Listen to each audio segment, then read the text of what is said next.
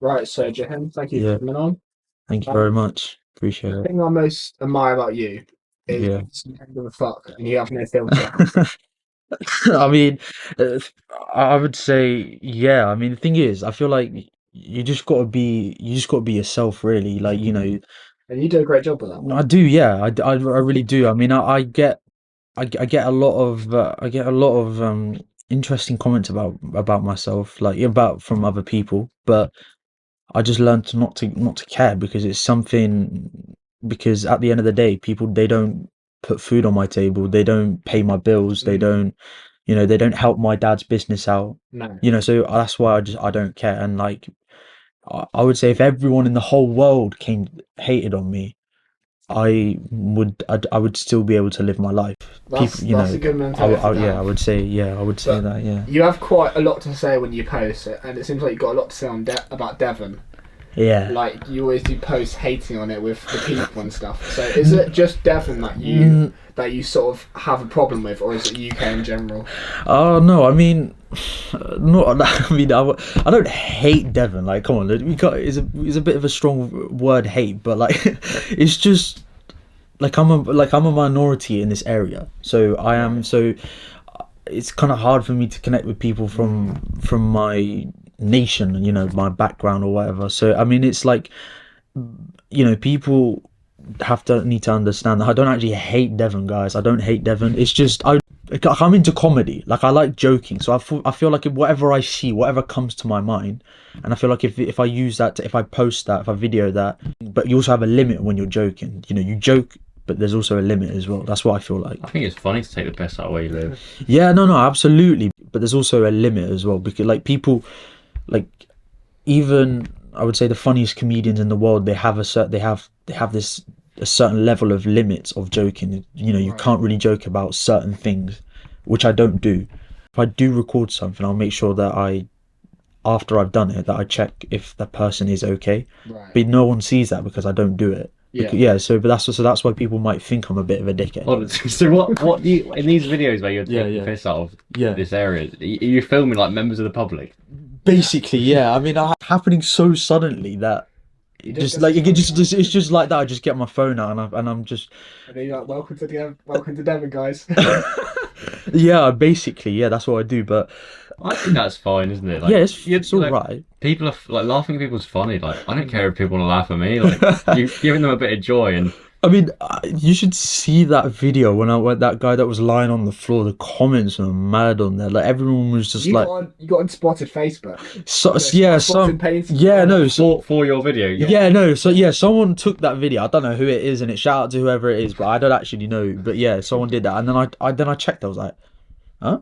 Who that uploaded that? I just looked at it. And I was like, So what were right. they saying on Spotted Painting? Like were they getting annoyed at you, or were they laughing Basically, at yeah. So yeah, some of them were actually being very racist, by the way. Oh, against really? you? Yeah, saying Right. yeah, because I mean, like they said, just get a boat back to your country. They said the worst things. To be honest though, There's a lot. They did say a lot. Not like we're not talking about like a racial vocabulary. They haven't said it. Yeah. They didn't say anything like that, but they did It's say just quite nasty. insinuating it. But honestly yeah. though, if you're like a consumer of spotted paint, you're going to be the like this like white, born and bred Devon hating minorities person, aren't you? Really? Bro, I mean, the thing is, everyone knows pretty much who I am. Like, it's not, they'll know where I live anyway. So It's interesting what you said there. Like you're a minority because in Devon there's Yeah. barely any people of colour. It's really bad. crazy. Yeah, it is. Yeah, I mean, it's Crazy. crazy. Like, I mean, if you heard of like Bangladesh is a very, very highly overpopulated country and a very underdeveloped country. And to call myself a minority in this area is pretty crazy. But like, How does it make you feel to be a minority? I mean, it just like you come across people of all walks of life and you don't know who these people are. I meet a lot of random people on a daily basis, and it's just like if they're racist, then like racist, or they just have this certain perception of me, that I wouldn't know how to respond to that. So that's why it's just like I mean, especially in Devon, where like generations after generations of the same people have lived here, and they haven't really. There's a lot of people that haven't experienced of like people who are from different backgrounds and stuff like that. So that's why it's kind of like you just got to be ready to how you respond to these people. So that's what. So yeah. I guess it's not okay. I don't like being a minority, but there's nothing I can do about that. But yeah, I haven't really So much what to do you say. think about England in general then? I mean, England, yeah, no, I mean, I would say I'm really grateful, by God that created. Can I just Yeah, ask, were you born here or were you I born was. in Bangladesh? No, I was born Right, okay. I was But born did your here. Yeah, parents come over from yeah, there? both of my parents are from Bangladesh, so they did cut. Yeah, so my dad came here first of all, and then so he's a martial artist, and then he went around all places around the world for competitions like Taiwan, Thailand, India, And Hong what Kong. martial art does he do?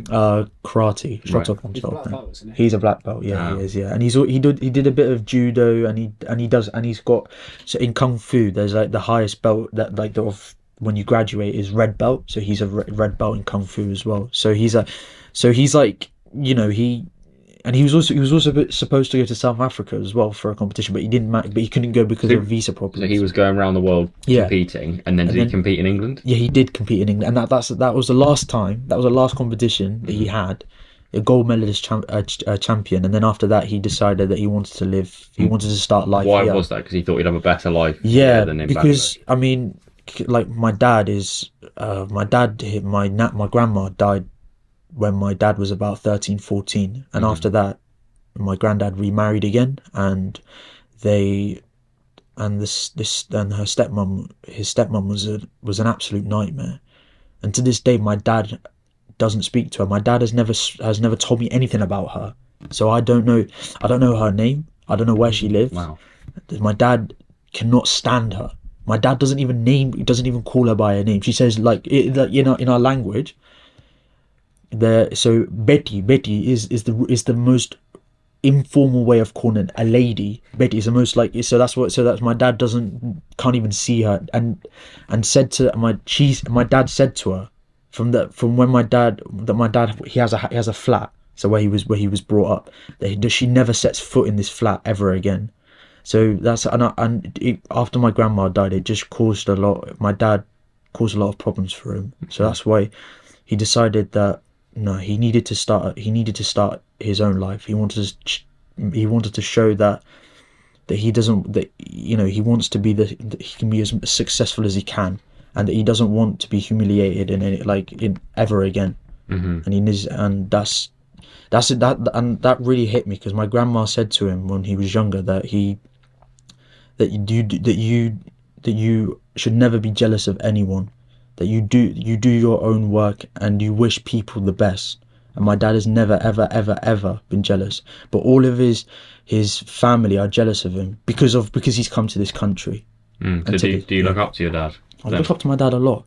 He is like, he does say things that do hit me. Like, I do get angry there's a lot of things when he shouts at me, when he says things, but irrespective of that, he's my father at the end of the day. Do you think he's harsh on you because he sees potential in you? I feel like there's a reason why he's being harsh on me, because he wants the best for me. I generally think he wants the best.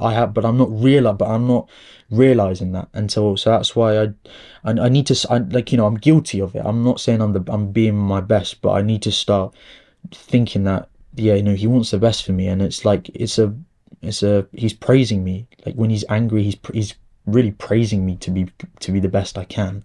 I'm guessing his upbringing was quite harsh. Yeah, it was very harsh. Yeah, so my dad when he was young, he after my grandma died, he struggled to eat because the stepmom didn't feed it. He has 7 brothers and 3 sisters, and a stepbrother as well and a stepsister. So they got treated differently, and my dad and all of his family got treated like dog scum, like, you know what I mean, like dog scab or whatever. But then it's like, so he couldn't eat properly. When my dad was training, when he started training, that my dad was so skinny at the time that his belt that he was wearing started falling down. Like, his belt, he didn't even fit. Even wearing a belt couldn't even do anything. So that's when my dad struggled a lot. And when he was my age, he started working. He started doing everything he could, training people, working in my granddad's tailoring shop, making clothes and stuff like that. So yeah. So what's life like in Bangladesh compared to here? Yeah, I mean, life in Bangladesh is very, very hard for a lot of people, but I would generally say that I being poor would be the best would be the best is the best thing that anyone could ever be could go through, because they realize how what money truly is, like how money is really hard. And a lot of people that are successful came from poor backgrounds. So but if I had to say it in a few words, it would be that it's struggling. People, like, if I could tell you, the currency rate is so low. Like, I would, like, £1 would be 140 Bangladeshi taka. So that's What so can you low. buy with 140? 140. You could buy a lot of things, actually. You can buy one, like, a Coke, 500 milliliter of Coke. You can buy packets of crisps. You can enough to feed for one packet each, so about 5 people. What else? You could also get, if you have enough, you could also get a rickshaw, a tricycle ride as well. So that would be like 50, probably Right. 50 So taka. the problem is there's a lot of poverty in It's Bangladesh. poverty, yeah. Poverty is the major problem at the moment, and people struggle to live. So is this contempt you're saying that your family back then might have for your dad for coming here is because he's come here and put himself in a better position Yeah. than they're in? So I mean, like, I haven't, my dad, they've seen how my dad is. And my dad was also a person of love as well. So my dad used to love all of his siblings. And even when he got married, like, and then even after I was born, he used to send money all the time to them. And then my mum came, when he got married, then he stopped sending money to his siblings. And now they work, because obviously now how they're gonna make income. But before that, they never used to work. They always used to rely on my dad. And Wow. yeah, it really, yeah, no, that's what. And then when my mum came, I feel like my mum actually sorted him out, because and I told my dad, I was like, why would you do this? Because you love your siblings, but you can't do this. You can't be like that, because they are all grown ass people. They need to have, they will have a family, or they've got a family. They need to see how hard money is.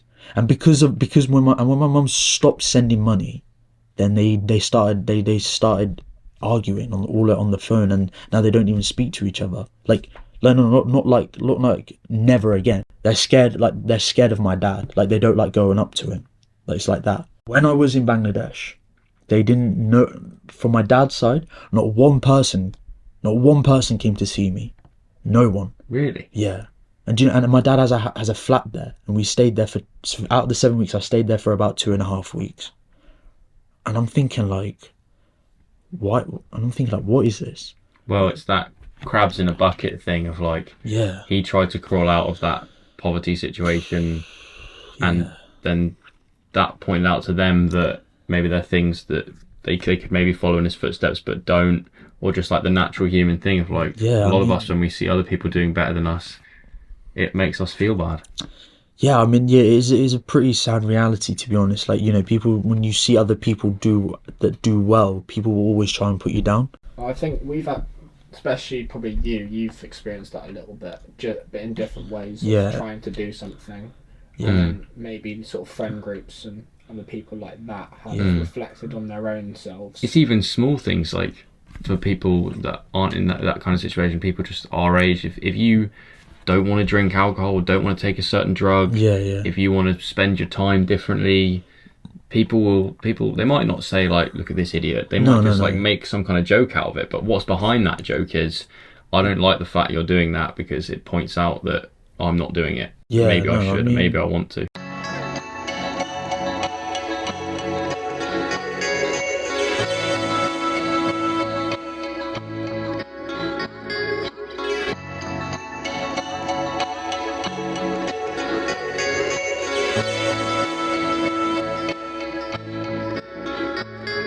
Jahin, you don't drink alcohol, do I you? don't know. I never have. Have you? Never, ever? I have never had a sip of alcohol. Wow. Do you get people that are like, Like, that reflect on that and oh, right, okay, yeah. So, I mean, say something yeah, like I mean, yeah, they do, to be honest. I mean, like, they are, it's like, it's like a wonder to them. Like they're like, how? But I'm thinking like, how? I mean, let's look at it this way: what benefit do I get from drinking alcohol? You tell me that.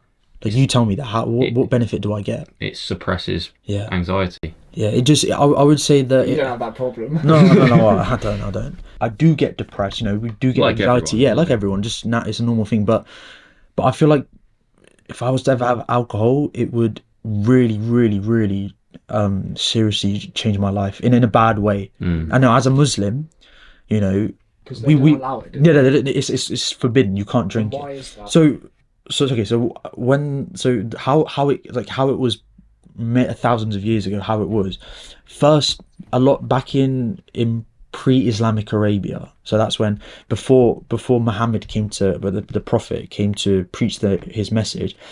People used to do the worst things you could imagine: drinking alcohol, prostitution, all that stuff, everything you could. Well, then the verse. So how it was before is that God sent down a verse. About alcohol was that there's profit and loss in alcohol, but the loss is more than the profit. So that was a verse talking about alcohol.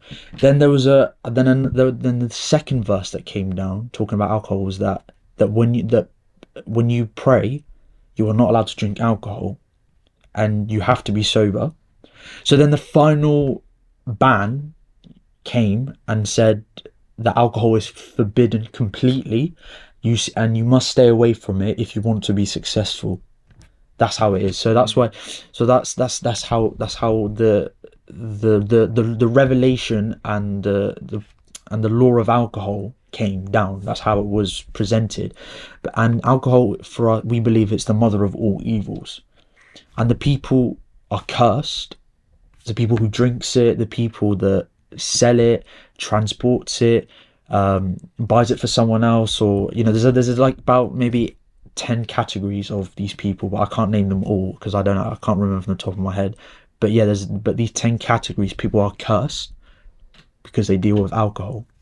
So there's like demons in the alcohol. It's the mother of all. Yeah, so it's the mother of all evils. Like when you drink alcohol, like you lose your sense. Yeah. And then the devil will come. And then the devil will overtake you. And you could do that, and then because the reason why it's the mother of all evils is because it leads to other immorality, like it suppresses all inhibition. Yeah, absolutely. That control you have over the more immoral parts of ourselves that we all have, those drives you wish we didn't have, all those blocks, those roadblocks stopping it, kind of float away when you're not sober of mind. Yeah, so it does. So it leads to other like shameful acts, if that's how I want to put it. So yeah, no, it is. I mean, if someone was to drink alcohol and they're Muslim, I would never say to them, I'd be like, why are you drinking alcohol? Like, I wouldn't. You don't. When you speak to someone that has an issue of alcoholism and that is Muslim, for example, I would never put them down anymore. You have to try and help them to make them better. You need to speak to them, that you will soon realize the effects and stuff like that. But you should never put them down. Same with like, drug addicts. Same with like just any addiction, any bad addictions. You have to try and help them. Never put them down. Do you know what would be interesting? Imagine how our social scene and dating scene would change if alcohol didn't exist. So, because for a lot of people, to go out and socialise and to go out and meet people they might be attracted to, it's like they need it to do that. They need it to put themselves out there. And I mean, I don't know. There's something there. I feel like I would feel like I would say that I respect it. Like I'd be like, that's fine. I mean, if you think like it makes you confident enough to speak to a team, and also if you don't care and you're not worried about it, then that's fine. But like honestly, I don't care that you drink alcohol as long as if you know your tolerance and you know how much you should drink and be sensible, fine with it. I don't care. But I feel like it doesn't. You can speak to a girl at a club or whatever. You can just be sober, and I feel like a girl would actually probably like that if you were sober more, because they know you. Then that means they know who you really are. Exactly, and one of my biggest values is the peace of mind, the ability to think clearly. And whenever I've been, I barely ever get drunk, but the only times I've ever been to a decent level, it feels like whoever's driving the car of my mind takes a back seat, and one of the passengers like takes the wheel, and I don't want him to be driving. No. When I reflect, it's like, how many times was it worth it, and how much money did you spend for that? Yeah. And really, it wasn't worth it. And what if you could be that guy sober? And you can be that guy because you've seen yourself be that guy with alcohol. You know, I feel like it depends. I mean, if you go to a house party, you go to a club, wherever it may be, if you be sober, I would say it's the best thing. You save yourself from huge calamities, you know. Yeah. You can save your life. And also, you can also go home. If you go somewhere, you can just drive back. That's simple as that. You know, it's not even hangover in the morning. And also, you can make a bit of money by giving lift to people. Yeah, as well, yeah. Like, you know. The thing I find interesting, I want your thoughts on this is whenever I've been somewhere where people like heavily drinking and I'm not because I'm driving or something. Yeah. I sometimes then find it hard to have the fun with them or relate to what they're saying because I'm in this sober state and I can sort of like laugh at them. Yeah. But I'm not on the same level as like we're there because we're in such different states. It's hard to then have a good time. Yeah, no. So I get you. It does. Believe me, it is awkward. Like, don't get me wrong. Like, you think I go to these places and you don't think, I'm not finding it awkward. It's hella awkward. But I would say, you know what? I would say just act like it. Try and read how, like, I don't know, like, you do psychology in it, so you should read their minds in it and see and like look at their imitate. Imitate. Simple as that. I would say that's the best thing I would do.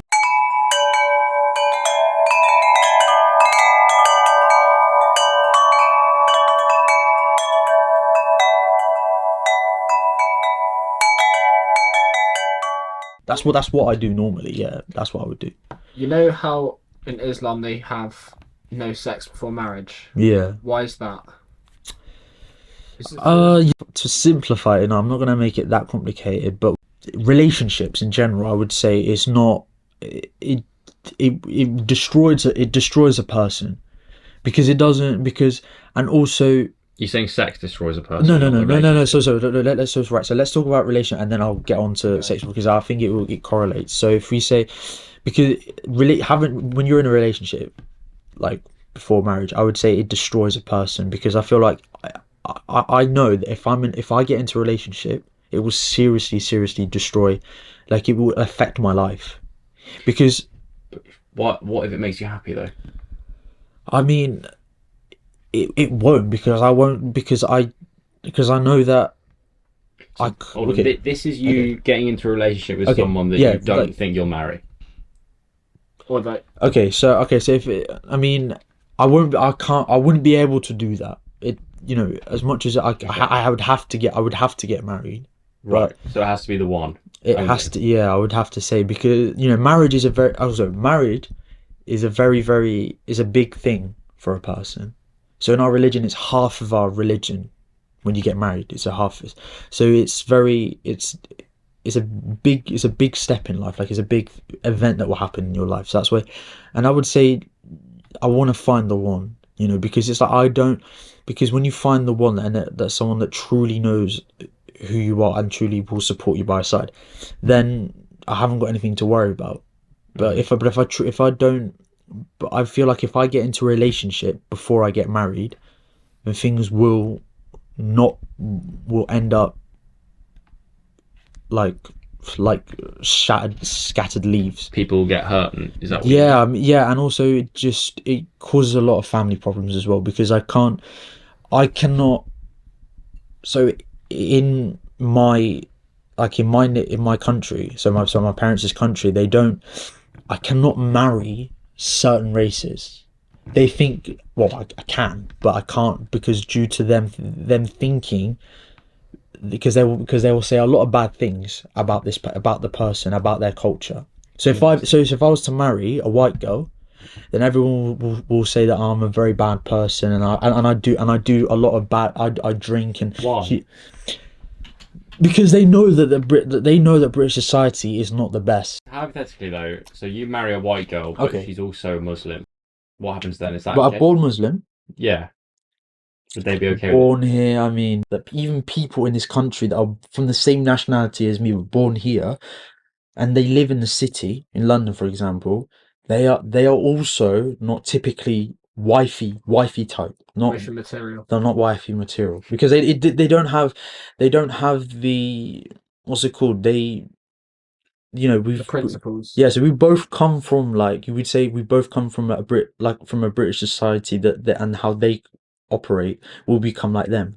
So that's why my parents Okay. would want someone that's from that country. That's what they want. I'm not saying what I want. I'm not because they want someone that's from that country that speaks fluent English like me and you and Joel, but and they also would want studies and all of that, but all because they live with family, they live with extended families, they look after everyone. So that's why they would look after their cousins or whatever it may be. So that's why they know how to look after a family. And that's what the most important thing in our religion is looking after family, and also you looking after your parents as well, because like parents, because God says that after you worship me, like this is God saying, then after that you be kind to your parents, and that you treat them nicely, and that you don't say uff, like the word uff is mentioned in the Quran. So that's where you don't, and that you speak to them with kind words. Sorry, like noble words. So that's why treating parents is important in our religion. So is the Muslim divorce rate extremely low? Divorce rate. I mean, this country, yeah, doesn't matter what race is it, but in Bangladesh, divorce rate is pretty low, to be honest. Is very low. They truly find out the true one. Their parent, arranged marriage. Some of them go through arranged marriage. Some of them do love marriage, whatever it may be. But they truly understand who their true one is, and So do they you agree with the idea that there is a one for everyone? yes, there is. Interesting. So is it like really bad for your religion if you get divorced? If I get it is so it's not forbidden. Okay. There's no verses, there's no sayings of the prophet that says that divorce is forbidden, but it's disliked in the eyes of God. It's disliked. Like God Okay. doesn't like it if it happens. To be honest, though, it's quite a good principle. These two that you said, no alcohol and sex before marriage, Yeah, because if no sex before marriage, you go looking for a girl, yeah, and you are yeah, looking for some long-term thing, and yeah, you know what you want, and you find what you want, and yeah, there's no sort of one after the other. yeah. Then I it's have about like that. generally, there's no problem in talking to girls. There's Yeah. no problem in that because if I don't speak to a girl, how am I ever going to find out? How am I going to able to have the confidence? So that's why I feel like speaking to girls is all right. But the thing is, in Asian culture, like if you speak to a girl, they'll start saying everything they can. That's wrong, because that's the reason why it's wrong is because if you don't know how to speak to girls, then how are you supposed to find the one?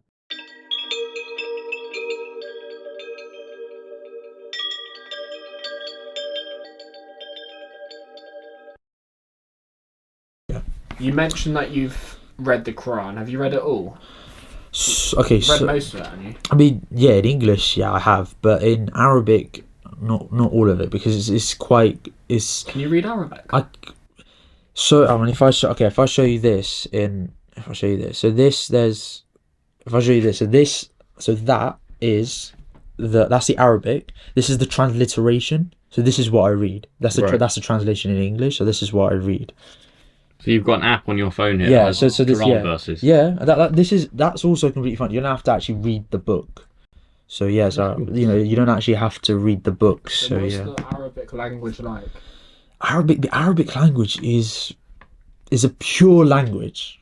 Like God says, like we revealed the Quran in plain, clear Arabic. So this is the language that God chose to reveal the Quran. Is it complicated? It is, yes, it can. I mean, if you don't have the resources, it is difficult. Yeah. So you have to. I feel like to study Arabic, I feel like you would need to find someone that knows Arabic and spend time with them, get along with them, and then be able to, like, you would know a lot. So about the Quran, what have you sort of learnt from that? I've learned truly how what this world really is. That this world is a test. God sent us here to test us, and why did He choose to test us? Because that's that God can do whatever He wants. God is the all powerful and the all wise. He can do what He likes, and they it's also truly, and also so in a nutshell, I'll simplify it. People think that Quran is just like, oh, it just teaches you laws. Why is this forbidden? Why is this forbidden? This is what people know. If you actually read the Quran, 97% talks about a lot of things. I'll get to that in a moment. But 3% talks about prohibitions. 3% out of the 100% talks about prohibitions, and so what you need to stay away from, what you cannot do, and stuff like that. The remaining 97% talks about the history of past nations that lived thousands of years ago. It teaches how to have a relationship with God, man between God. It teaches how to have your etiquettes, like how to remain, like how you should be with one another, the character of be with another person. It teaches you the true meaning of this life. It teaches you. And it teaches you the oneness of God, and also teaches you, and it shows you where we all came from, where were we before. It shows all of this. What does it say about where we were before? It mentions that we were not, that was there not a time that you were not mentioned. This is what the Quran says, that you were a drop of sperm.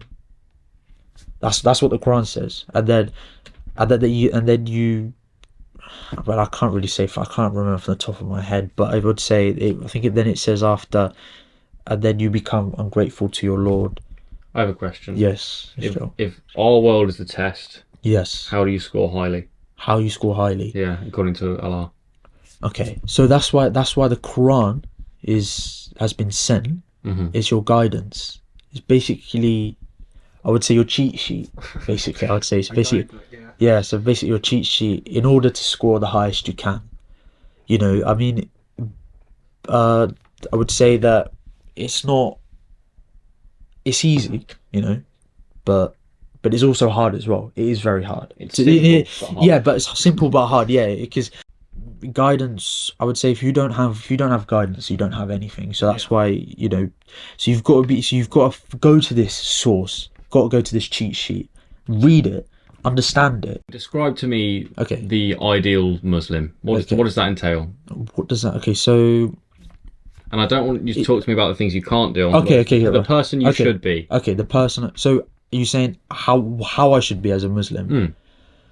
To be an upfront Muslim, to be a true Muslim, you've got to have good character to get against one another. And what does that mean to you? Like why? Like you saying why I should have good character? What does good character mean? Good character, like your personality, your body language. So like your kindness, kindness, honesty, yeah, with one another, yeah. Be truthful. Really mean, like whatever you say to someone, really take it seriously. Don't just take it light. I will also say being a Muslim would be that you have a good connection with God. And what does that mean to you? So what does that mean? So I would say that you should understand that God knows you more than you know yourself. That's how I would say it. And then I would say that God truly loves you. Just because He puts you through difficult times that is a sign that He loves you. But you have to understand that how is your relationship with God? If it's not good, then it could be a punishment. But if you do everything as a Muslim, that like you do all your obligations and everything, then it's a test. Then it's a test that He wants to see how you will be. How can God know you more than you know yourself? Because He created us. Right. Does He know our future and stuff like that? He does know our future. Yeah. Wow. in Islam, God is the knower of the unseen.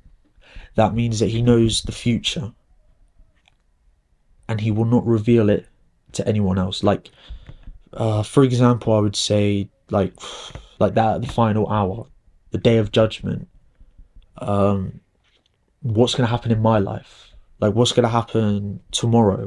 These things are only known by God, and the only. No one knows. Even the Prophet Muhammad, even all the prophets that came before him, they did not know any of these things. Who are the prophets? Okay, so in a nutshell, their role is basically that they came. So God, they were chosen by God. And God revealed to them a message like to warn people that there's one God, and they should stay away from this, they should stay away from that. So they some angels, but for Muslim versions. No, because they're not angels, because they're humans. Okay. They're humans. They were like us. Probably more similar to like how Jesus Christ is in Christianity. Yeah. So we believe in Jesus Christ. We believe he was a prophet, but we don't believe he's God. Mm-hmm. I would say that in the Christian religion, so in the Christian religion and Islamic religion, there's a lot of similarities, but there's also a lot of overlap and differences. So we believe that he was a prophet, that he had no father, and that his mother was a virgin, and we believe that he had no male intervention or whatever, and that he was the mightiest messenger of all of the prophets of the five. So there was 5 prophets. So there was Muhammad, Jesus, Moses, Abraham, and Noah.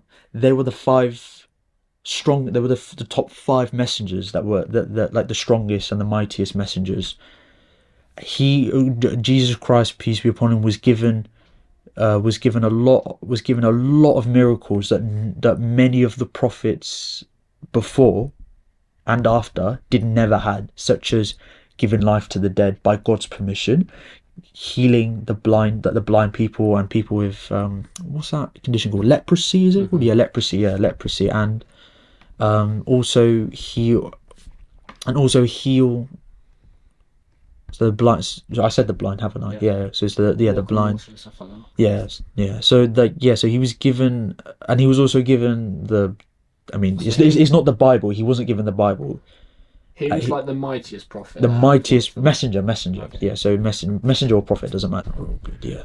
No. So could I become a prophet? No. Technically.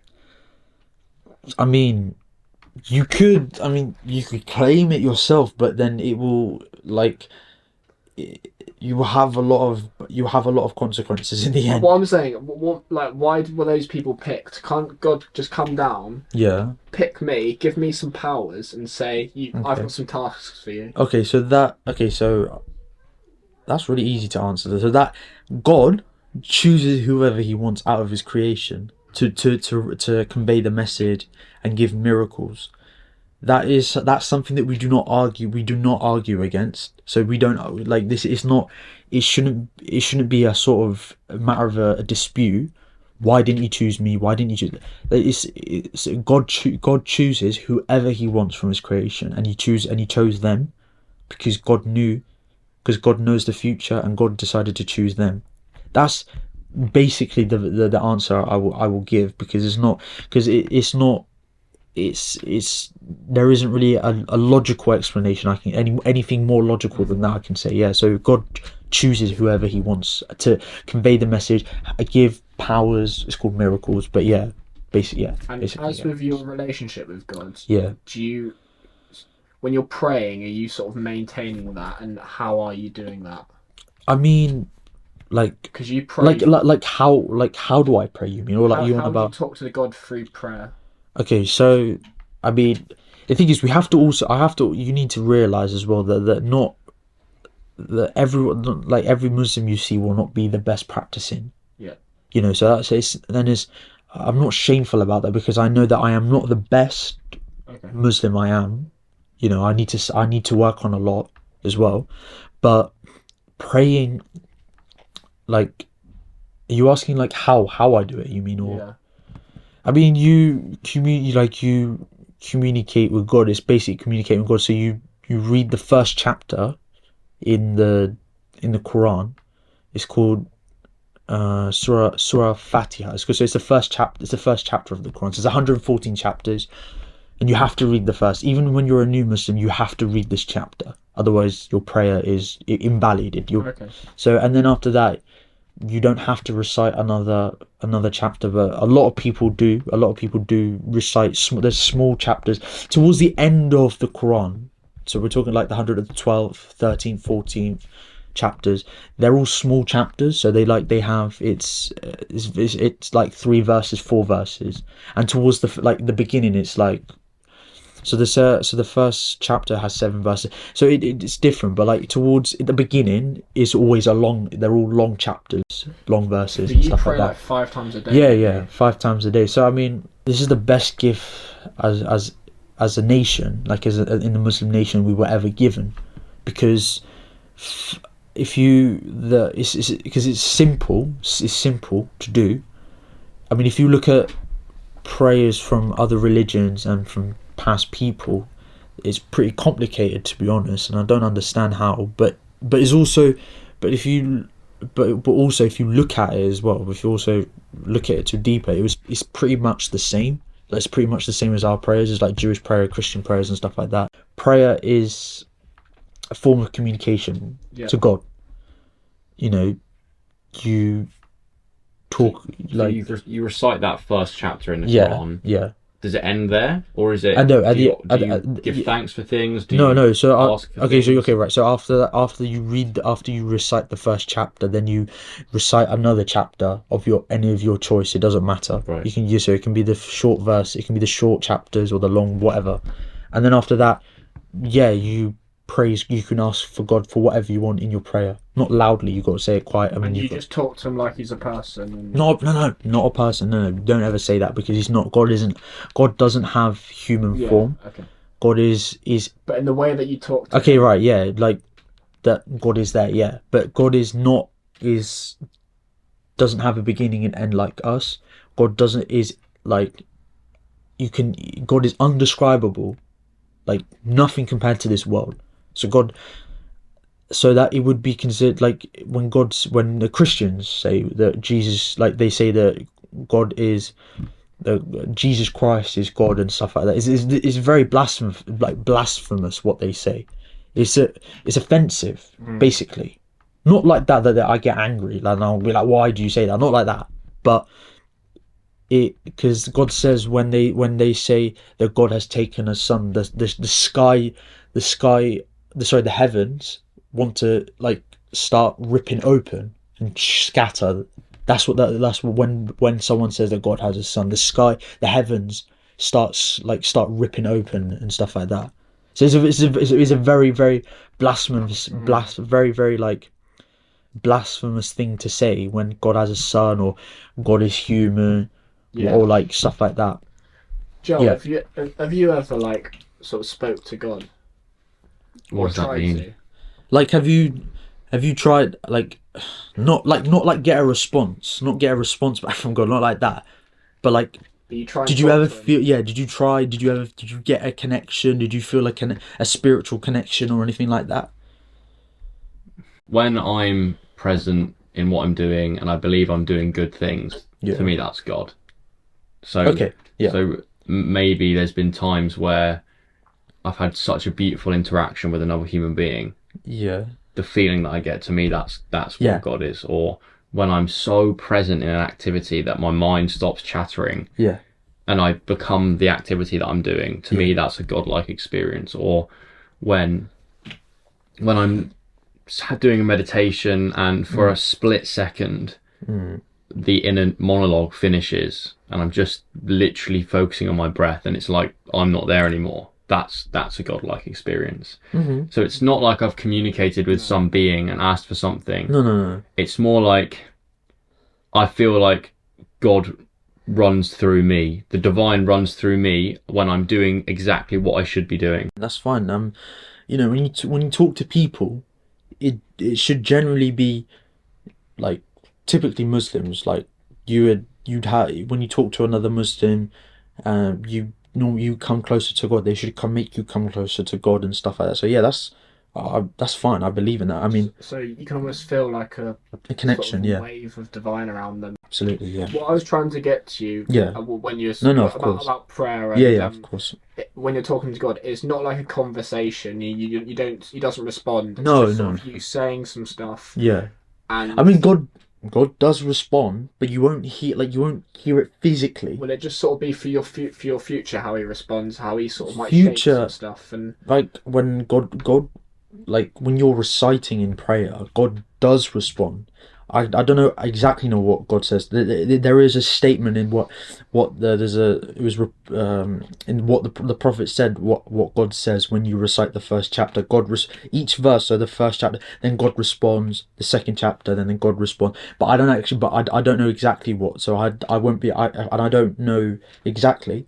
So I couldn't tell you, but God does respond, but you won't hear it physically. You just see it. Like God does respond. Yeah, no. So because I know some people pray, and they might pray because they're worried about, for example, not being able to pay next month's rent. Yeah, no. Somehow God answers by you maintaining the money for you somehow. No. Okay, I mean God can do unimaginable thing. If you're really in need of something, God will help you, but it doesn't work like that. Like you need it straight away. It doesn't work like that at all. I have a question. Yeah. How, from your perspective as a Muslim, do you justify the undeserved suffering that goes on in the world? So like poverty, earthquakes. Because you're saying if people are in a dire situation, God will come and help them. What about the people that die of starvation and a famine, or the children that get cancer? And I'm just saying because that's a common argument that people put against religion. Yeah, no, okay. So I mean, it's quite difficult. As I said in the beginning, that God tests everyone, in certain different ways, such as poverty, hunger, loss of wealth, loss of a person. The reason why God does it, when things like this happen, it elevates your state, and there's a higher chance of you entering into heaven. You know, if to be successful, when something bad happens, it elevates your state. So God wants to see whether you're going to be grateful to me or not. So it's a way that He gets across lessons that you need to learn, and the way aspects of the test that were being given, even if that person who went through that horrific thing, it could also be about what the people around them learn as well. So it's a lesson for them, but yes, it is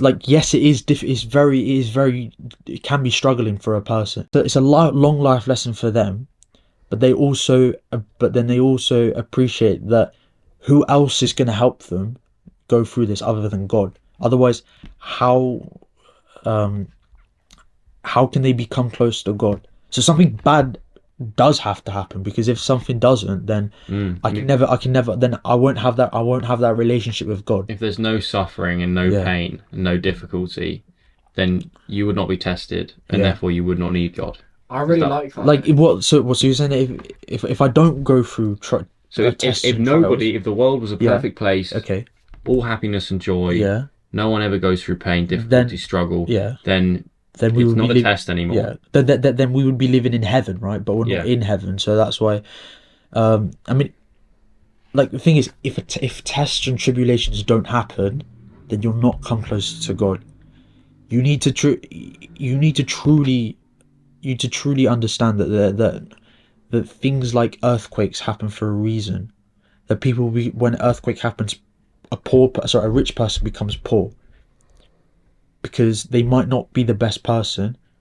They might be doing things that they shouldn't be doing, and that's when God will they might have done something that really, really angers God, maybe.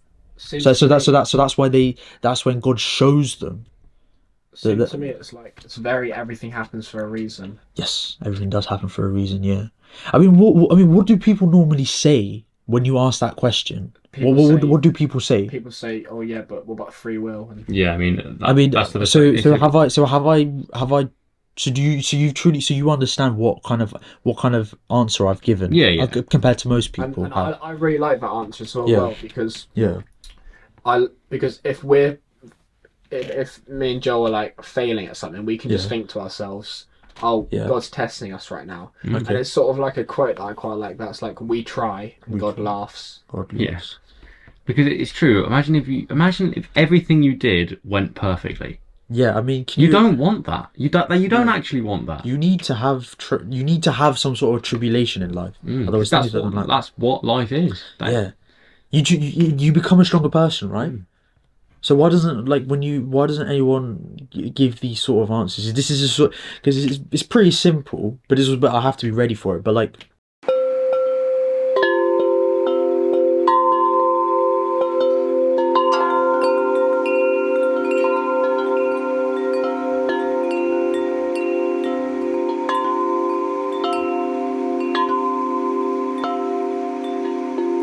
So free will. So yes, we do. We believe there's two creations. There could be different other creations, like what's it called, or other beings, or whatever you call it. But us humans and jinns. So jinn is another creation that we do not have the ability to see them. They can see us. We do not. They can get into our dimension. So in our world, we cannot get into their world. But they act like humans. They eat. They get married. We don't know. They have with the true form. We do not know what they look like. They can come as in the form of dogs, snakes. They take over humans, and they can be they'll be a human. But this particular creation, we do not know their true form. We will never see their true form, and we can never ever have access to see them. It's like they're being reincarnated, but through loads. No, they have like not reincarnated. Like they have the ability to come into our world. What that word is that you can change into loads of different things. Shapeshift. They can shapeshift. Yeah. That they have a lot of capabilities that humans don't have, but they certainly. There are strong jinns, like humans. There's strong people, very strong, and there's also weak people. Same with them. So are these beings like spreading God's message through what they embody? Yep. There's good Muslims. There's people. There's jinns from different religions. There's race as well. They live like exactly like humans. Their characteristics and capabilities are just different from humans. It's simple as that. So these invisible jinns that are knocking about, are they sort of like keeping an eye on us? Yes. So they messaging back to God. No, they do not. That's right. So they don't have access. They can't talk to God like directly. They don't have access to that either. Like human, we can't directly talk to God. They just have a life force on Earth. They are a life force. They die. Like they can do everything. It's just like we have characteristics which they don't have. They have characteristics we don't have. So they're from a different dimension. Yeah, they are. They can be from a different dimension, but they're like a dimension, like their own world. I mean, way I'm thinking about it is they're like spirits that inhabit things here, but they're from somewhere else. Yes, yeah. So basically. Why are they here? Because they are a creation of God. Oh. As I said, and also God can create whatever He likes. These particular creations were in this world before humans. So, yes, yeah. That's quite interesting. So that is very spirits that are sort of all quite similar. Talking about this creation is also a big part of our religion, because we have to believe that they do exist, and they do exist actually. I mean, if you've seen videos of people getting possessed, these are bad jinns. These are the worst types. Like we will call them the devil. Like how humans. Like if you see a bad human, like they do wrong things, I would call them a devil. So there's also jinns. They're also devil. There can be devils. There's also good people as well. Sorry, good jinns as well. Yeah, I'm definitely gonna look into those. Look into that. Yeah, and they do exist. I mean, you can what people have done accidentally is when they pour hot water, like when they're throwing it in the gut, just throwing it out, hot water or whatever. And some people have actually gotten possessed by them because they have accidentally killed one of the spiritual beings, the jinns, and it does get into a lot of problems. So I mean, don't ever try that. So humans can kill a jinn? Yes, they can. Yeah, but you can kill them accidentally. Okay. But not you can do. But I don't think you can do it intentionally. Can they kill us? But they wouldn't. They could, but they wouldn't be able to like just physically kill, like just suddenly. Like we're talking about bad. We're talking about these bad jinns. We're not talking about the good ones. So they will possess you.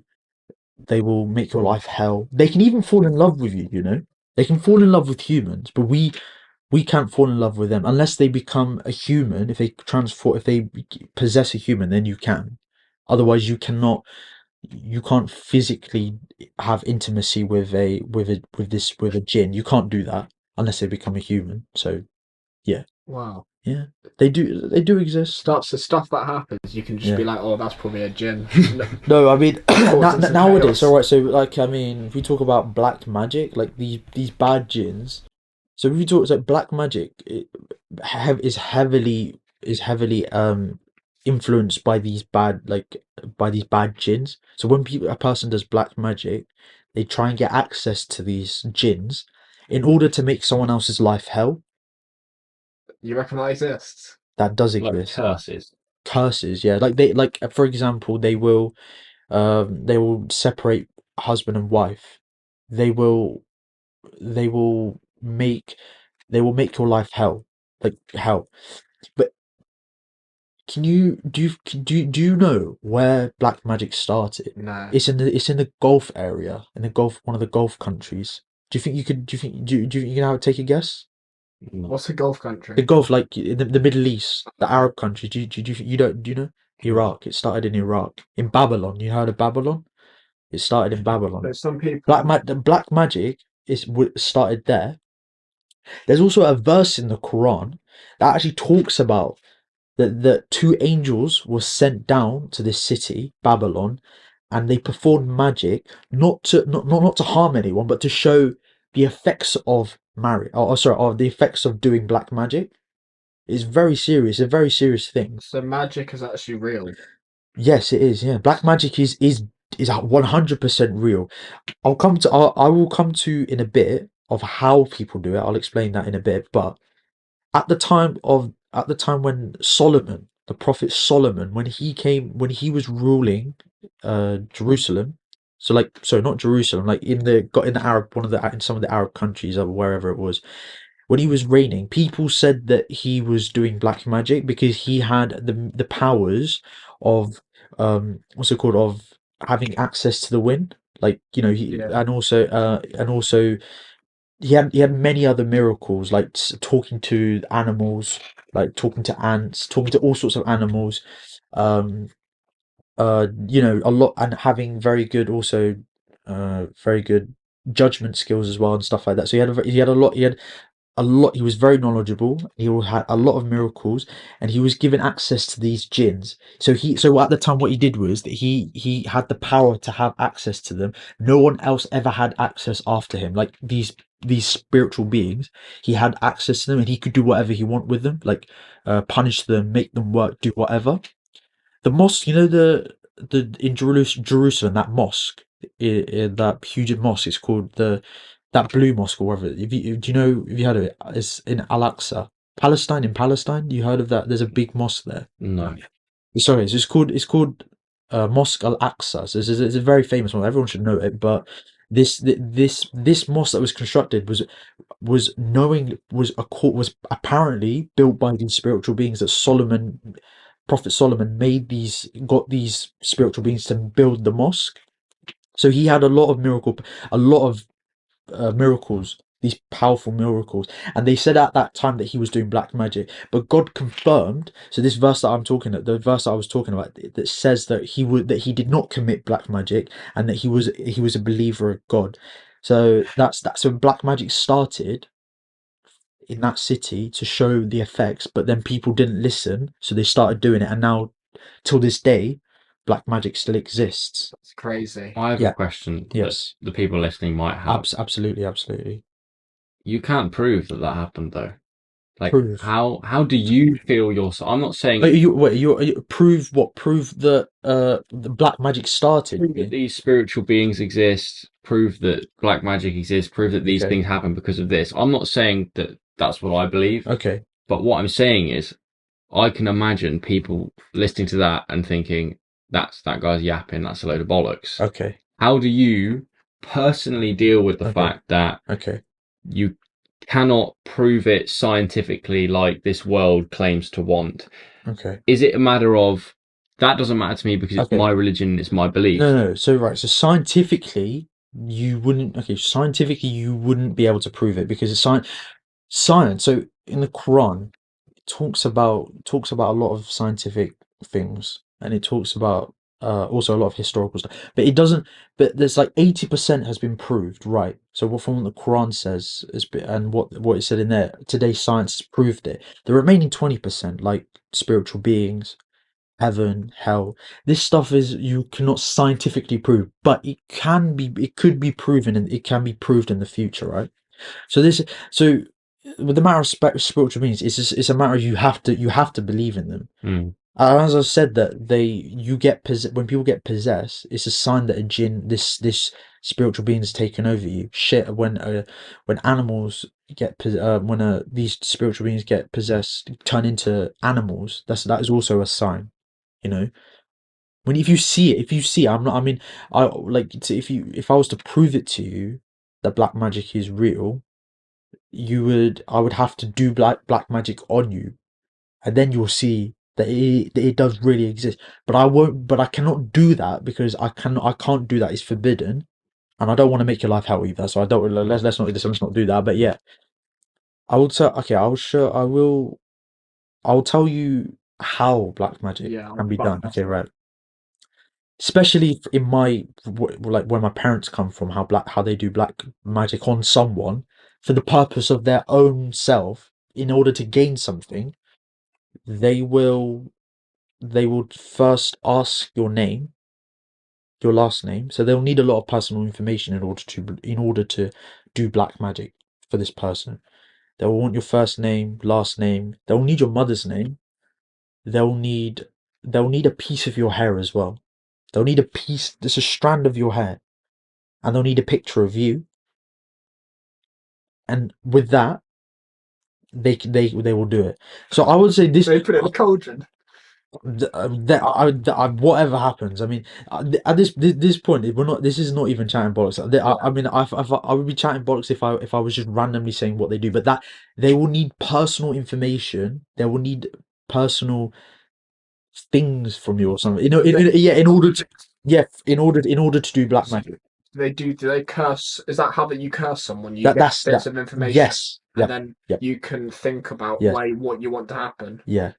So in order to get the personal, they will find out personal information. They'll find it out, and then they will do that. Then they will what's it called? Begin the black magic. I don't know. I can't tell you exactly. How they do it specifically, but that's how, in order for it to begin. So that's what if I had an enemy, yeah, I'd have to cut a bit of their hair, find out their name, their mum's name, and then I'd think to myself what I want to happen to that person, and then it will happen. Yeah. So Joel, have you've understood this bit, haven't you? So they'll need, in order for them to do black magic, they'll need personal information. Yeah, they need your national insurance number, card number. Yeah, they'll need maybe. I love this. I'm open to a lot of things. To me, I can't get my head around that. What for someone to do black magic? I'll be completely honest with you. My views on God and my views on religion are that they are the result of parts of the human condition and our psychological state that we can't understand. So that's how we justify the fact that we don't know what's going on. We don't know how our brain works. We don't know why we're here. We create these symbolic stories. We create these symbolic figures that then help us deal with that. And that's why I think it's important. And that's why, to me, God is the positive feeling you get when you're in the right place at the right time, doing the right things. I mean, obviously, like... But I find it interesting to talk about these things. No. That makes me think, like... No. When I was talking about free will, when in free will, like, we're talking, like, humans and jinns... are the only two that have that have free will. Like, no other creation has free will. So when I was talking about the jinns, then we talked about black magic, because black magic is heavily influenced by these spiritual beings. And so then as well. Yeah, so your humans and jinns are both. Do the jinns do the work? Yeah, they do. Yeah, they'll do the work in order. So the humans and the jinns have to work together.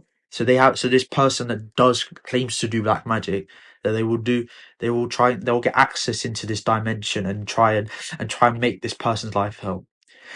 One thing you got to realize, that black magic is done because in order for them to gain something,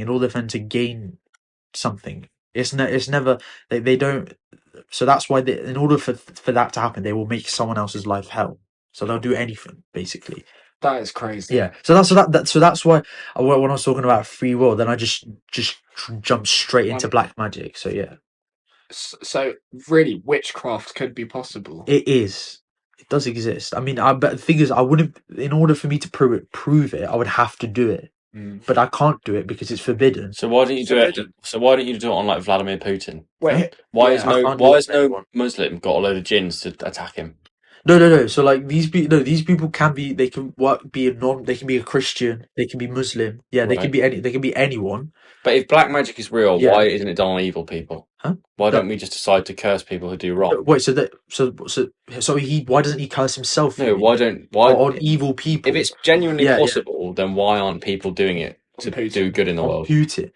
The thing is, it probably has. You just don't see it. In order for black magic to happen, if God wants for that to happen, God will let it happen. So it needs God's permission as well. Yeah. So God's power is more powerful than black magic. Can you deny that? Can you deny like the request? He can. Yeah. They're like when someone tries to access your Google Drive file, that's also another test and tribulation. Black magic is also another test and tribulation. We need to realize that God's power is more powerful than anything. Then black magic is second. So in order for, if that person needs to get harmed, then it has to go through God first, and then it will go to, and then if it wants to happen, God will let it happen in order for their test and their tribulation for their. It's sort of like a survey, or How do we? You know how you need all those signatures? To kill Putin, we probably need 100,000 people all trying to do black magic on it to finally get God. Because Putin's a pretty big deal for something like that. But I reckon the average Joe, I could probably get the average Joe. I mean, I couldn't say. Yeah, I mean, it is pretty. This is pretty funny, but like. When I said witchcraft is real, you said it's forbidden. By who? Who's it forbidden by? No, right. We can't, even the jinns and humans are not supposed to do it. We're not supposed to be doing black magic on anyone. Then? Because the reason why when I said that these two angels came to the city of Babylon, they did black magic, because of evil. Evil exists, right? You got good and evil exists, and black magic. They did to black magic to show that it is really bad. And it causes a lot of effects in life. So it was done to show them not to do it. So they saw the black magic. These angels did it, but they didn't listen at that time. They didn't listen. So that's why now to this day it still happens. That's why. Maybe. But that's why I can't do it, because I will not. I can, if I want to prove it to you, I will have to do it on you physically. And then but I can't do that because God has said that I can't do that. And I suppose that's like knock-on effects and stuff like that. Yeah. Magic. Yeah, I mean, I can't. Why would I? Also, I mean, I think I don't get why people would want to make someone else's life hell. That's I don't get it either. It is. Yeah, I do get it. But what about Putin then? You can understand that, surely. Because okay, right. So I feel like with evil people, they think we think that they're gonna get away with it. let's look at it this way. Like, do you think that these evil leaders and these people, do you think they're gonna get away with it? What are you queuing on now? No, but don't you think there's an afterlife? Because don't you think like people are suffering? I think afterlife or not, okay, you don't get away with anything. Putin's not. I'm probably happier than Putin. I'd put good money on that. Jahin, what's your thoughts on QAnon? On what? Sorry, it's a conspiracy theory that all the world leaders are like. You'd be like they satanic. Yeah. So I mean, yeah, it is possible. Yeah, it is possible. Yeah, it is true. I think because evil, like we know evil exists, and the Illuminati is real. I think it is real. Like I actually think it's real. I think the Illuminati's real. I think it's real. Yeah. I think it's real because I feel like. Also, I actually believe selling the soul to the devil is also a real thing as well. Yeah, that's real. People do that. People sell out. Yeah. How would I sell my soul to the devil? Well, if I was going to go about it, how? If you chose an unethical way to live your life, you would have to you would say that you. I mean, just let me give you an example. Like, if you knew you could make 100 grand, but it would make other people's lives worse. Right. Like you would That's selling your soul. Yeah, you would have to do certain things which for Muslims would be considered forbidden. They would do anything. Let's look at Lil Nas, for example. Like can you before what he looked like and now what he looks like, bruv, what the hell, man? You could just see that this guy has sold his soul to the devil. You just know. But he's there twerking on the devil. That's even. I mean, like the music video, bro. At this point, yeah, you know what I mean. Even the devil is confused. Like, what the hell? Bro, honestly, even the devil's confused. You know Mia Khalifa, yeah. You know the porn star, yeah. Like she's done this. She's got this online shop that sells rings that says like shaitan. Shaitan means the devil in Arabic. So is that like the devil, and it's like got like the devil shop or like the devil ring. It's got devil written on it. I'm thinking like, bro, I'm like, what is this? Even the devil's confused. Like this. Maybe the devil just likes Mia Khalifa. Man. Yeah, or something like that. So she's like, satanic for Mia Khalifa. Absolutely, bro. She's the worst role model, man. She's like honestly, yeah. So she's honestly like. Yeah, I don't really know, to be honest. Like, it's even the devil's confused at this point, but you know what I mean. Like even like there was what Sam Smith, yeah, what he's doing right now, bruv. Even the devil's confused. I don't like the devil's confused. Like, what is this guy doing? Like, this guy is it's just not real. What do you think about Sam Smith's outfits and stuff, bruv? If I got to be honest, Nah, just no, bruv. It's not even like what the hell does he wear? That surely should be uncomfortable. Yeah, but it's fashion. What does that mean? Fashion? Like no, bruv. Absolutely not. It's not because it's not fashion. That is not. It's, mate. It's just. This is why the people just don't want we'll never get peace in this world because of these people. Because of Sam Smith's outfits. Yeah, because and Lil Nas and like you name it, bro. Yeah, Mia Khalifa and you name it, bruv. What's it called? James Charles. You name it, like, bro. What's wrong with James Charles? I mean, I just can't lie. Is he satanic? I would say so. I don't know, but it looks like he does. He looks like he does a little bit of selling the soul to his devil, stuff like that. I would say so. Wow. I mean, I can't. So you're quite against the woke movement and everything. Absolutely. If they're doing satanic stuff, I'm against that completely. So why is the woke movement satanic? Why? Like, what do you mean? So why do you consider James Charles to be satanic? I mean, if you just by looking at these people, I mean, obviously I've never met them, so I'm not. I mean, I'm not trying to like. What is it about him when you look at him and go, "There's something dodgy"? The stuff they promote and stuff. Yeah, basically the stuff they promote and just how they act on like social media platforms. You know, it's not really the best. I don't think it's not something someone's child wants to see. It's not. Why would anyone's child want to see that what he does? What Lil Nas does, what you know what I mean? Like, it's who wants to see that? Maybe they're nobody. A product of black magic. It might be, but we don't know that. I've never met them personally, so I wouldn't be able to know exactly, but yeah, it could be.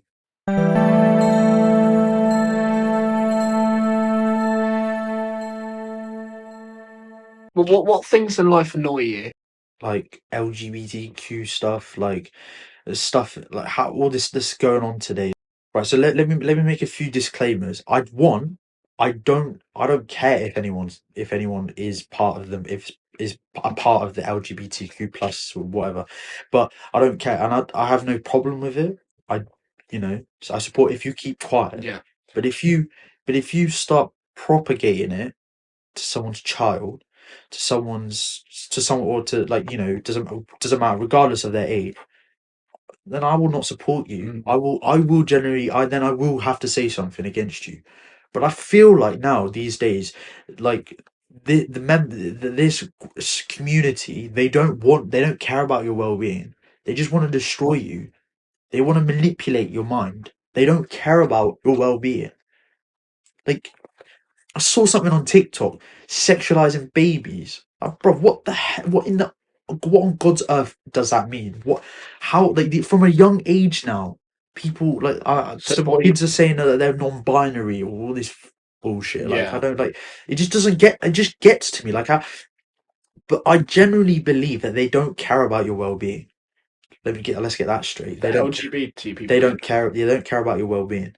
So they can glamorize it and say, yeah, okay, yeah, we really, we care about you, we support anybody, but they don't actually. They want to manipulate. What is it really about? Manipulation. Yeah. But why? What's the motive behind manipulating people? The thing is, when a child, so I've seen a lot of videos of these weird people doing stuff on the streets, part of the community. Do you know who they target the most? Children. They target children the most. Because the reason why they do that is because when a child doesn't know much, they will believe anything, what they see, what a person does. That's why they target children, and this is very dangerous.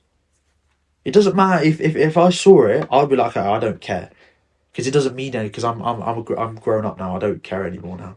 But if they did that in front of my sister. Then I will smack the crap out of them, and I do not care, and that's why they target children for it. That's why they target children, because they don't know much. They'll believe anything, and then they will eventually follow that. I'm playing devil's advocate. I'm not saying this is my position, but okay, what's wrong with being non-binary? You cannot be two genders in one. That is impossible. First of all, right? So legally, we're all male, on my birth certificate, on my license. But isn't that sex rather than gender? It's the same thing. I think it's the same thing. That's what people would say again. Yeah, that's the debate, isn't it? Yeah. I would say it's the same. Okay, it's nothing different, but it doesn't make any sense but in overall, non-binary is, I just don't think it doesn't make any sense. How the hell, and like all these like, not weird, how do I say it? Trans fluid, bifluid, or whatever these names are, like these names are given. It doesn't make any sense. It doesn't matter. So like, why do you think it's happening, and where do you think it comes from? It comes from the I feel like the LGBTQ community are like, they are definitely getting funded by like the government or by a higher organization or something, in order for them to like to do these parades, in order for them to do advertising, in order for them to do things like that. So you think there's a higher narrative going on here? Yeah, there's definitely something more serious about going on, and this is a very serious matter, because I do not believe that they should be targeting children. I've seen a lot of videos. If you haven't seen it, I've seen it myself, and I can try and get some if you really need, if you want to see it. But I've seen that these people on the street. There was this guy dancing, twerking in front of children, and I'm thinking, like, how could you do something like this? It just doesn't get to me. Like, that's, and children are very vulnerable. They are a vulnerable category. I think you're onto something.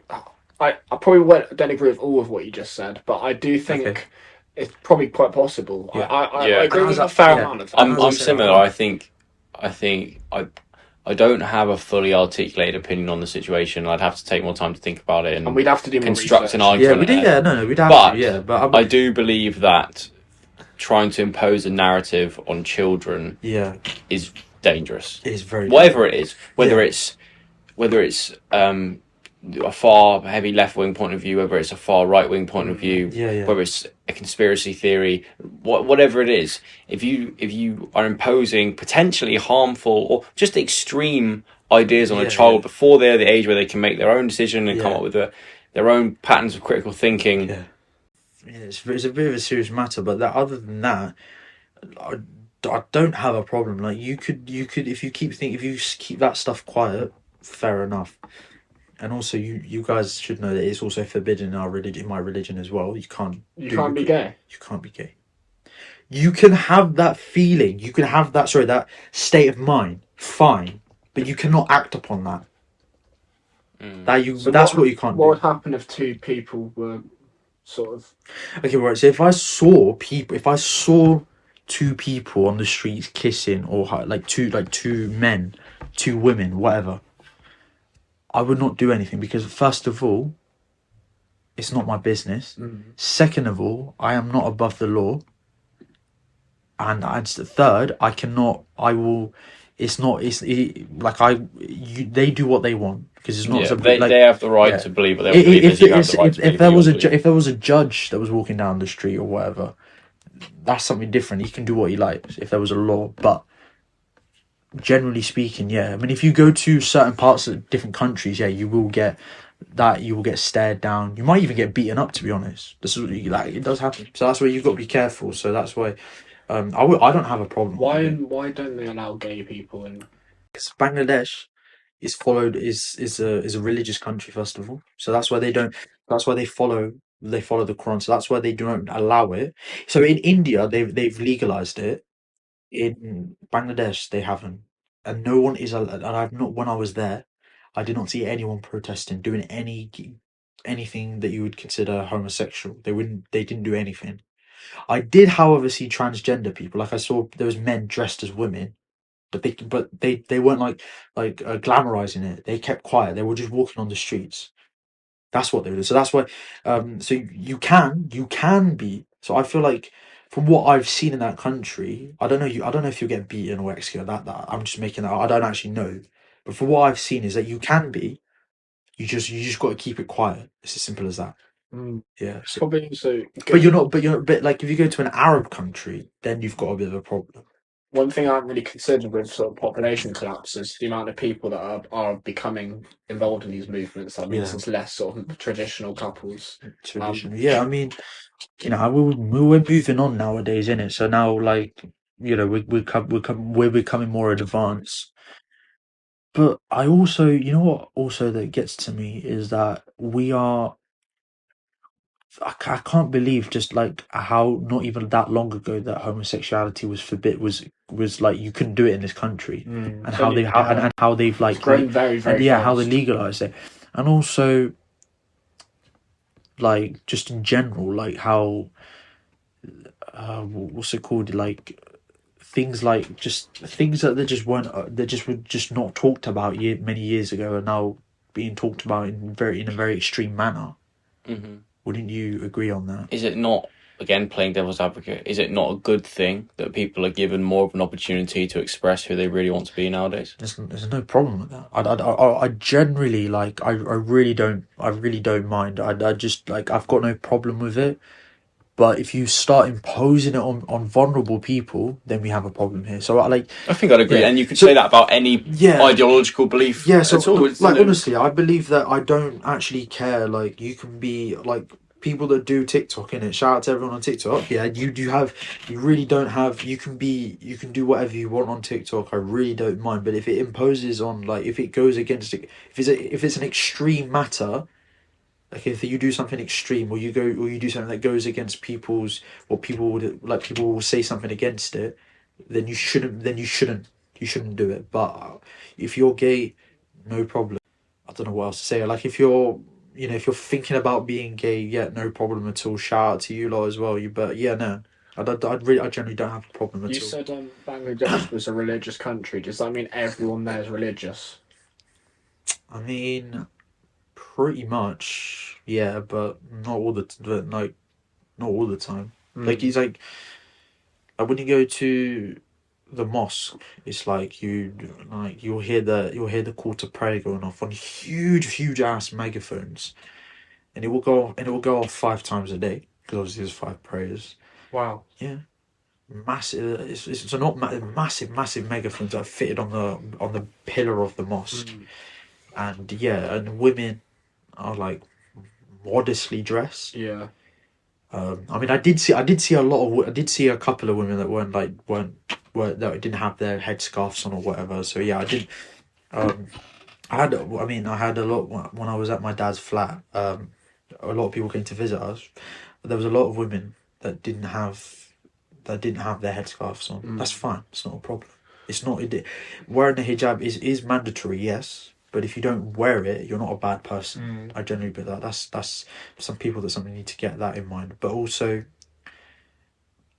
religion. So yeah, religion. Yeah, they are a religious country, but they say that. But I don't really know whether they really follow it. Like, do they really? They don't really mean it, to be honest. They're just trying to be Islamic for a personal gain or whatever. You know, that's what I feel like. But also, politics is also a very big problem as well. It is very corrupt, and if you even try and curse, an opposition party, my God, you will have a riot will literally happen because of one person, and it has happened before, apparently, according to my cousins, and that live there. So that's why politics is a very serious matter there. It really, politics is dangerous there. I would say it's very dangerous. It's not something. It's not. I really think it's not really something that people don't talk about, because they are too afraid to speak about it. But I'm not afraid of it. But I couldn't say it over there because I was afraid of me getting taken to jail or whatever. So that's why I didn't dare to say anything. Wow. Yeah, politics is mad, and I have videos of protests that lasted for 1 hour. The amount of people that were walking across the streets, like so many people. I couldn't honestly protesting about the politicals, for elections and stuff like that, or against the opposition party. That's probably because of all the poverty and the people want a change.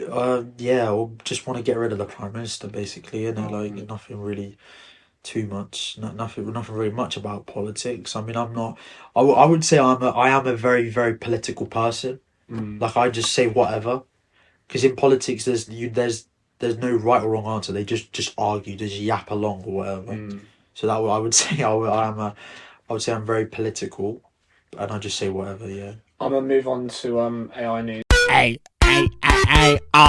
news. News.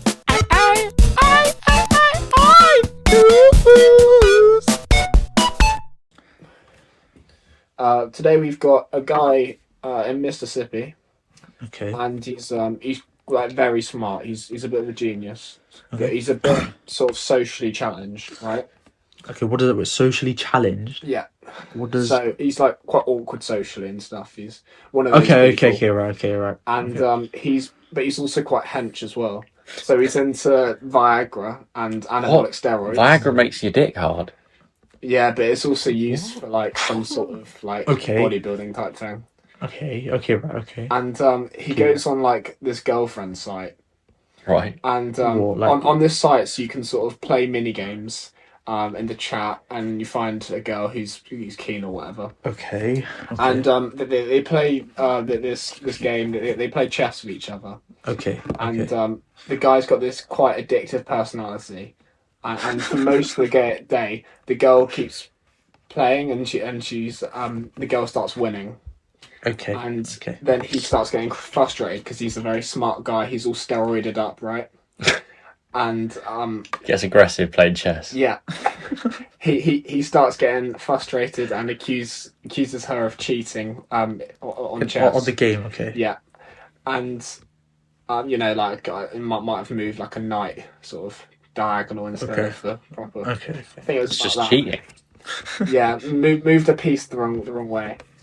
And the argument escalates, and he calls her a couple names, and the next day his computer gets hacked. The guy takes his computer to Curry's PC World, or the equivalent, whatever it is. Okay, yeah. And they tell him that he got hacked by an AI, so the girl was a bot the whole time. Why are there female bots on dating sites pretending to be humans? Because it makes money.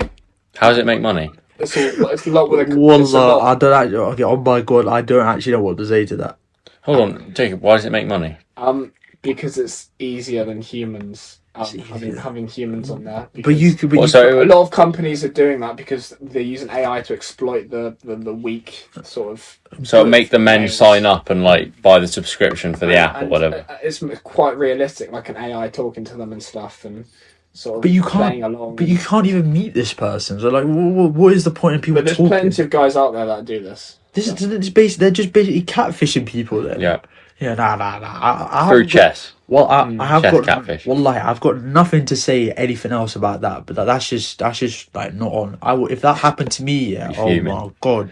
He thought he found the one, and she was a robot. Knuckle sandwich to the throat. To the robot. No. Punch a robot. Yeah, like or no to the head of quarters or whatever. Like you know what I mean. Head of what at the dating app? Yeah, like the people that work there or whatever. Just give them a knuckle sandwich, bro. You know what I mean. I think we're going to wrap this one up. Again, this has been great. I've learned a lot today. Yeah. Yeah, no. It's been a pleasure. Like, I honestly appreciate just talking about stuff. I feel like I've yapped, but also I feel like we've done that. Yeah, I think I've said a lot. This is the reason we do this podcast. Absolutely. Yapping is necessary. Yapping, but no, I don't. I feel like you kind of need to like what's it called? Hear different points of view, even if you don't agree with them. It has to make sense. Like you can't just You're a flat earth theorist. Come on. Yeah. No, it's fine. No, I mean, it's been, it's appreciated it. Yeah, no, hopefully people benefit from it.